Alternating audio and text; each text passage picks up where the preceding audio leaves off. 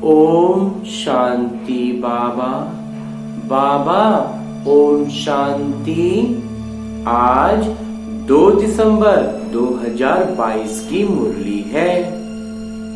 बाबा कह रहे हैं, मीठे बच्चे, इस पढ़ाई में आवाज की आवश्यकता नहीं है। यहाँ तो बाबा ने एक ही मंत्र दिया है कि बच्चे चुप रहकर मुझे याद करो। आगे बाबा प्रश्न पूछते हैं कि जिन बच्चों को ईश्वरीय नशा रहता है उनकी निशानी क्या होगी। उत्तर बतलाते हैं बाबा कि ईश्वरीय नशे में रहने वाले बच्चों की चलन बड़ी रॉयल होगी, शाही होगी, रुतबे वाली होगी। मुख से बहुत कम बोलेंगे। दूसरा है कि मुख से कम बोलेंगे। तीसरे है उनके मुख से सदैव रत्न ही निकलेंगे। कम बोलेंगे लेकिन जब भी बोलेंगे तो वो मूल्यवान बात ही कहेंगे, बहुत ही मीठी बातें करेंगे। वैसे भी रॉयल मनुष्य, जो शाही मनुष्य होते हैं, वो बहुत थोड़े बोलते हैं, कम बोलते हैं। तुम तो ईश्वरीय संतान हो, तुम्हें तो रुतबे में रहना है, रॉयल्टी में रहना है। ओम शांति। बेहद के पिता बैठ बेहद के बच्चों को समझाते हैं। ऐसे तो कोई होता नहीं जो कहे कि बेहद के बच्चों प्रति समझाते हैं। बेहद के बच्चों को कोई नहीं समझाते, क्योंकि वो बेहद के पिता होंगे तब तो समझाएंगे बेहद के बच्चों को। बच्चे समझते हैं कि हमारा बेहद के पिता वो है जिसको शिव बाबा कहते हैं। यूं तो बहुत मनुष्य हैं जिनका नाम शिव होता है, परंतु वह कोई बेहद के पिता नहीं है। बेहद के पिता एक ही हैं जो परम धाम से आए हैं, उस निराकार को ही पुकारते हैं। उनको भगवान कहा जाता है। ब्रह्मा विष्णु शंकर सब देवता है। भगवान जो परम धाम में रहते हैं वह सब आत्माओं के पिता हैं। तुम कोई गुरु गोसाई आदि के आगे नहीं आए हो। तुम जानते हो कि हम बेहद के पिता के आगे बैठे हैं। बेहद के पिता मधुबन में आए हैं। वो लोग कहते हैं श्री कृष्ण मधुबन में आया, परंतु नहीं, ये सही नहीं है। बेहद के पिता की ही मुरली मधुबन में बजती है। बाबा समझाते हैं, मैं कल्प कल्प संगम युग पर आता हूं ना, कि युगे युगे यह भूल कर दिए। युगे युगे कह के भूल कर दी। जो कहते हैं युगे युगे आता है। ये जो भी शास्त्र आदि हैं, ये सब भक्ति के हैं। ऐसे नहीं कि यह अनादि है। शास्त्रों का आदि है, अनादि नहीं है। बाबा ने समझाया है, यह सागर और पानी की नदियां अनादि है ही। ये हम जो बेहद के हैं ये अनादि। बाकी ऐसे नहीं कि भक्ति अनादि है। भक्ति की तो शुरुआत द्वापर से होती है। तुम जानते हो सतयुग त्रेता में भक्ति नहीं होती। भक्ति शुरू होती है द्वापर में। बेहद के पिता जो ज्ञान के सागर हैं, वो इस ब्रह्मा द्वारा बैठ ज्ञान सुनाते हैं। सूक्ष्म वतन में तो नहीं सुनाएंगे। बाबा यहाँ सम्मुख बैठ समझाते हैं। यहाँ पे बाबा सम्मुख बैठे हैं और हमें समझा रहे हैं। तब तो गाते हैं, दूर देश के रहने वाले, तुम जानते हो हम आत्माएं भाई भाई हैं। दूर देश के रहने वाले हैं। वह गाने वाले तो कुछ भी नहीं समझते। वो गाते तो हैं लेकिन वो कुछ और मायने में गाते हैं और हम उसे कुछ और मायने में समझते हैं। तुम मुसाफिर हो, दूर देश से आए हो किरदार निभाने। तुम जानते हो यह कर्म क्षेत्र है। यहाँ हार और जीत का खेल है। यह भी बाबा समझाते हैं। सब मनुष्य चाहते हैं शांति मिले।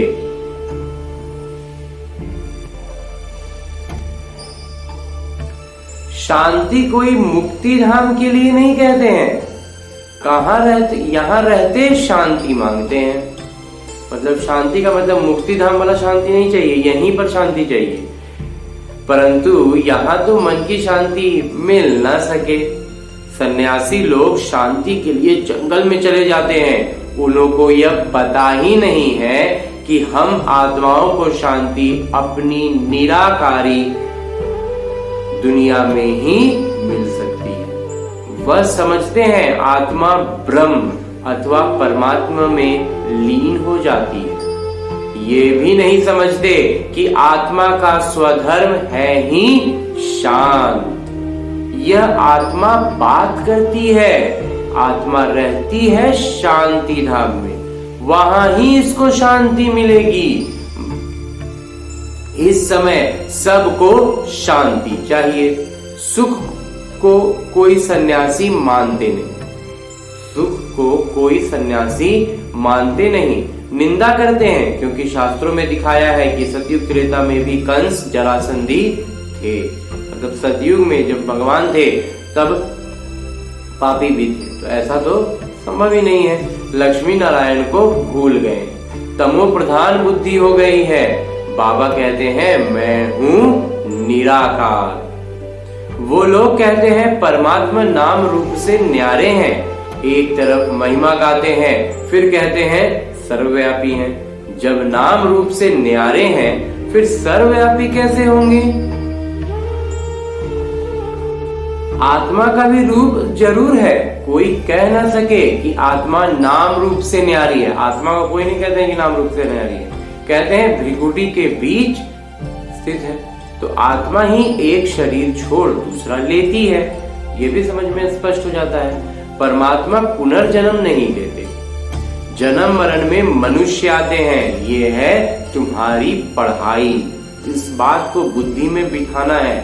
पढ़ाई में कोई बाजा गाजा नहीं बजाते हैं। तुम्हारी पढ़ाई होती है सवेरे सवेरे।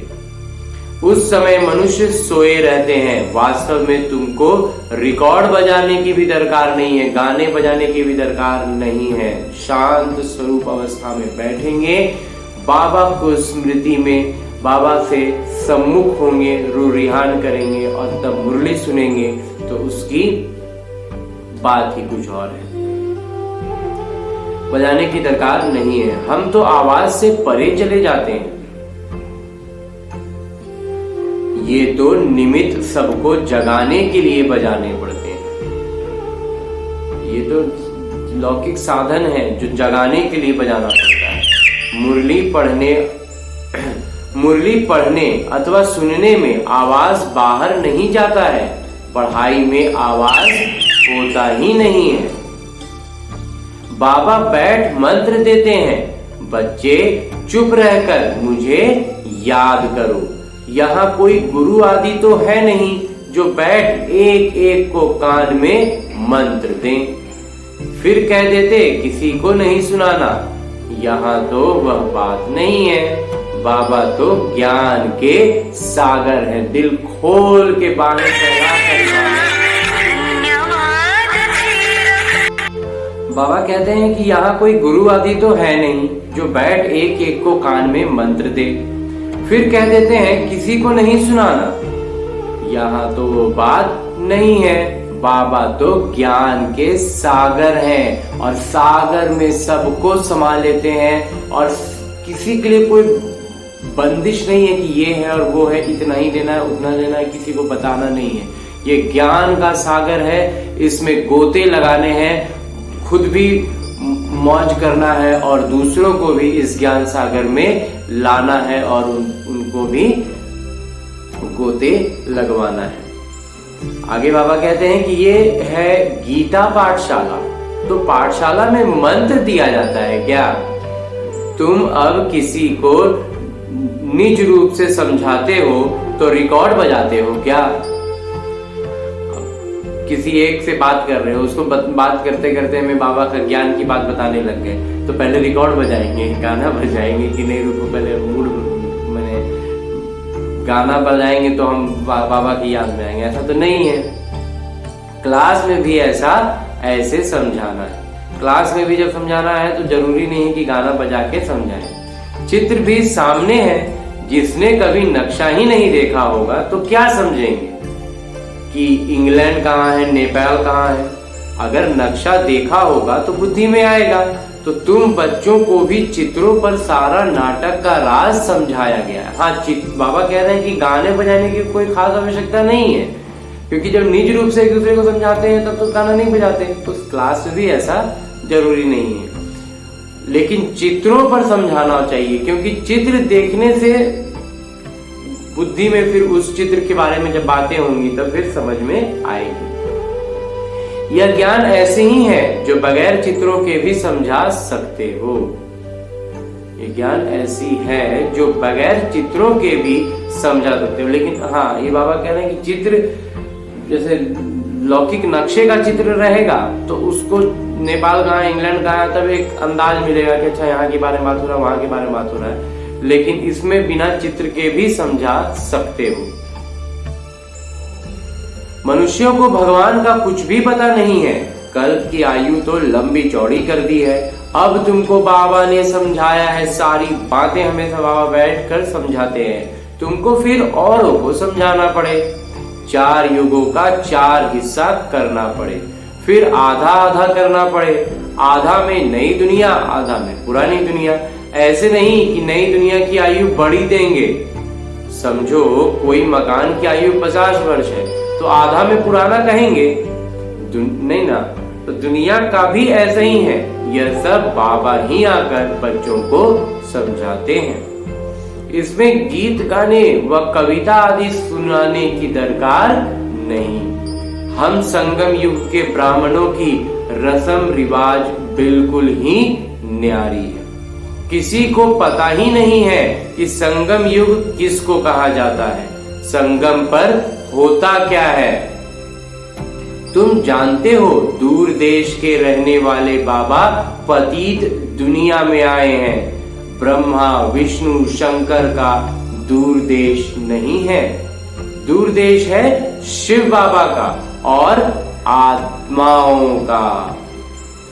हम सब निराकारी दुनिया में रहने वाले हैं। पहले है निराकारी दुनिया, फिर आकारी और तब फिर साकारी दुनिया। निराकारी दुनिया से पहले देवी देवता धर्म की आत्माएं आती हैं। पहले सूर्यवंशी घराना यहाँ था, फिर चंद्रवंशी घराने की आत्माएं आएंगी। सूर्यवंशी हैं तो चंद्रवंशी नहीं है। चंद्रवंशी जब होते हैं तो कहेंगे सूर्यवंशी बीती बातें हो गई, पुरानी हो गई, पास्ट हो गया। त्रेता में कहेंगे लक्ष्मी नारायण का किरदार पुराना हो गया, पास्ट हो गया। बाकी ऐसे नहीं कहेंगे कि हम फिर वैश्य से शूद्र बनेंगे, नहीं, ये स्वीकारते नहीं है कभी कोई कि हम वैश्य से शूद्र बन जाएंगे। यह ज्ञान तुमको अभी है। बाबा तुमको चक्र का राज समझाते हैं। भल उन्होंने त्रिमूर्ति बनाया है, परंतु शिव को डाला नहीं है। शिव को जाने तो चक्र को भी जाने। शिव को न जानने के कारण चक्र को भी नहीं जानते। गाते हैं दूर देश के रहने वाला, परंतु जानते नहीं कि भगवान ही पतित पावन है। तुम जानते हो हमारा यह बहुत बड़ा यज्ञ है। उस यज्ञ में तिल जौ इत्यादि डालते हैं। ये है राजस्व अश्वमेध रुद्र ज्ञान यज्ञ। इस यज्ञ में सारी पुरानी दुनिया की सामग्री स्वाहा होनी है। जिसको राज्य पाना है वही योग में पूरा रहते हैं। सिल्वर एज में जब चांदी का युग आएगा में भी 2 कला कम कहा जाता है। पहले 1250 वर्ष सतयुग के हैं, फिर 625 वर्ष में 1 कला कम होती है, उतरती कला है ना। और फिर त्रेता में और भी खाद पड़ जाती है।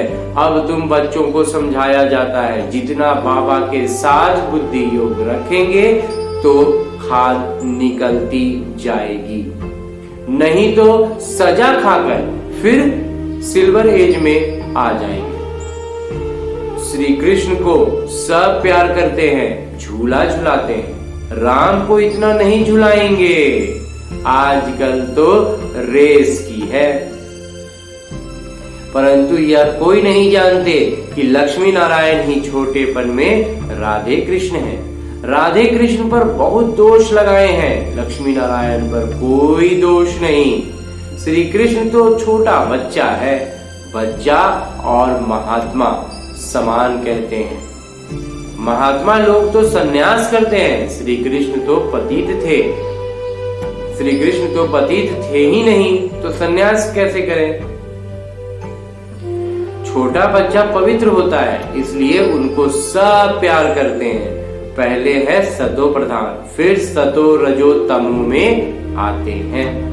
श्री कृष्ण को सब बहुत याद करते हैं।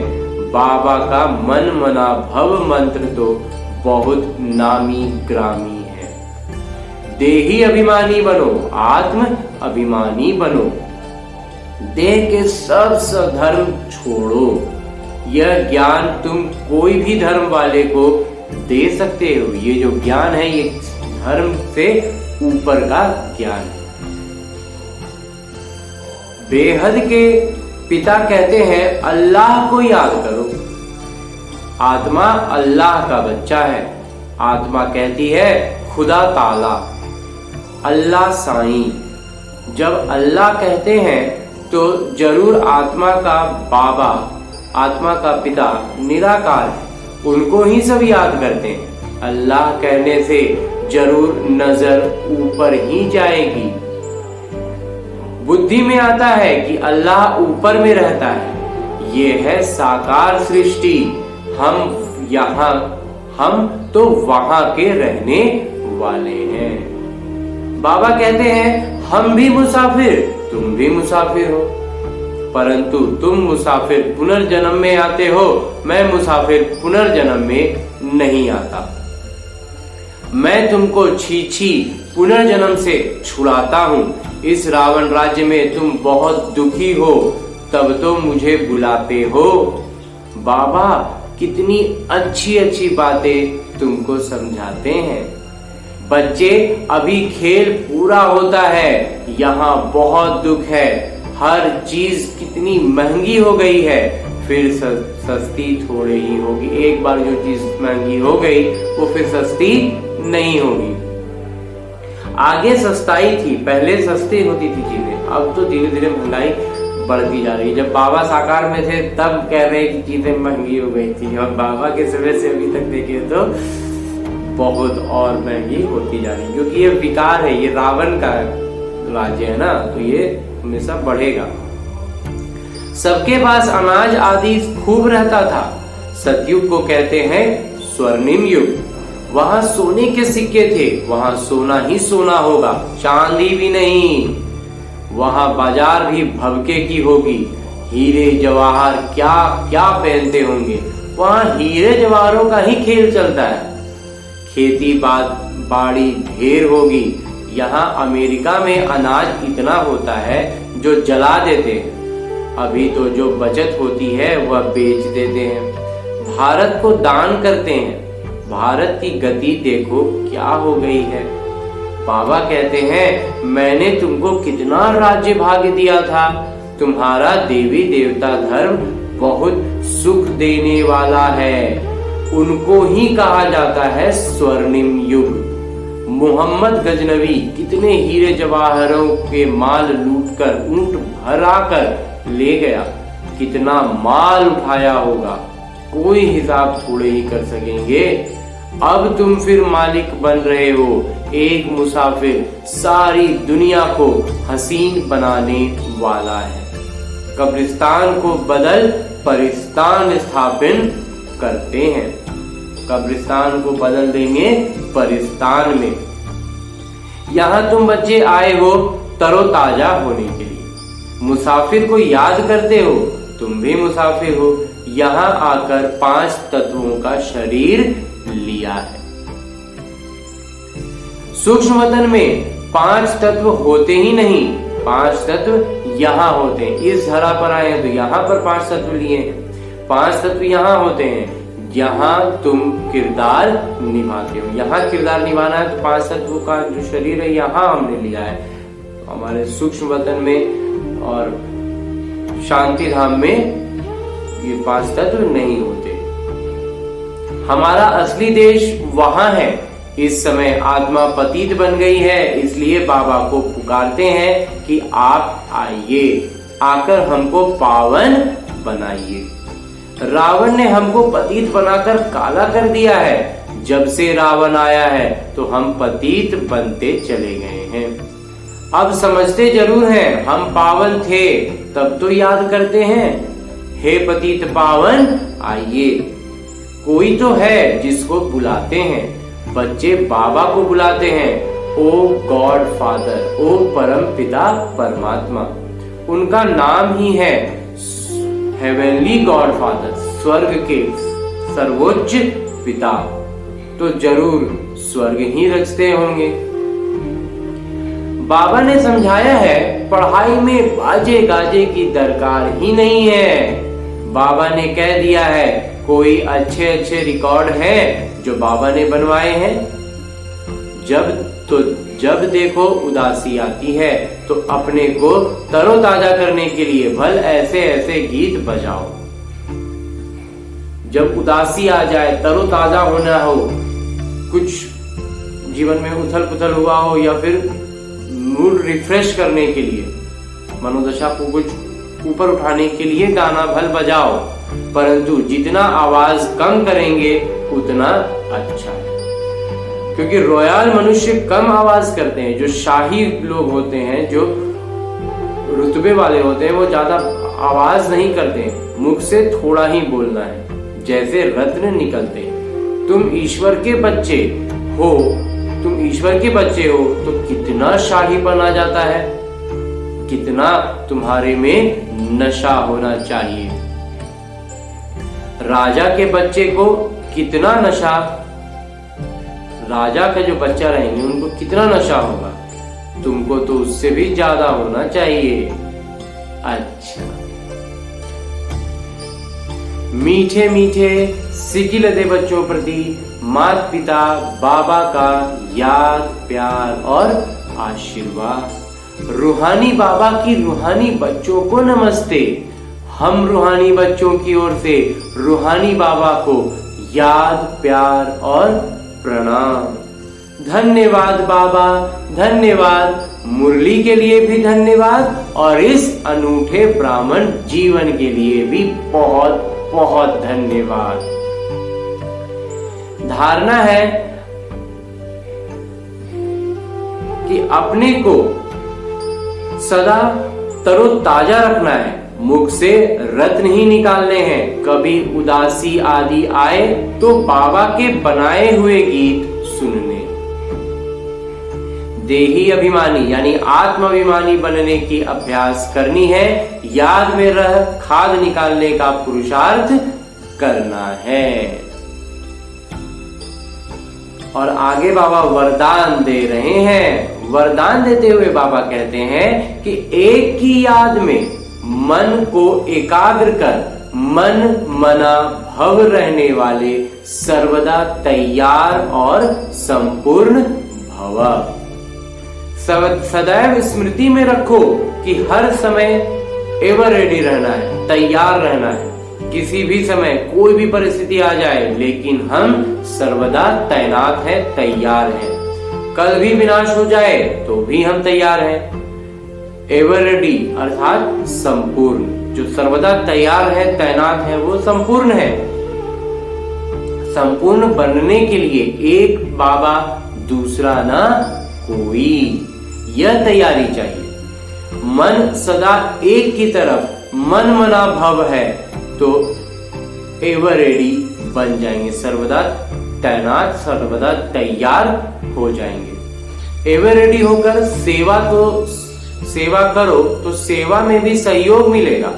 जब खुद में तैनात रहेंगे, तैयार रहेंगे, सजग रहेंगे, तब से और वैसा सजगता के साथ सेवा करेंगे तो फिर उसमें सहयोग भी मिलेगा, सफलता भी मिलेगी। स्लोगन है, बाबा की 1000 गुना मदद के पात्र बनना है तो हिम्मत के कदम आगे बढ़ाओ। बाबा की 1000 गुना मदद के पात्र बन जाएंगे जब हिम्मत के कदम आगे बढ़ाएंगे। अच्छा, ओम शांति बाबा। बाबा।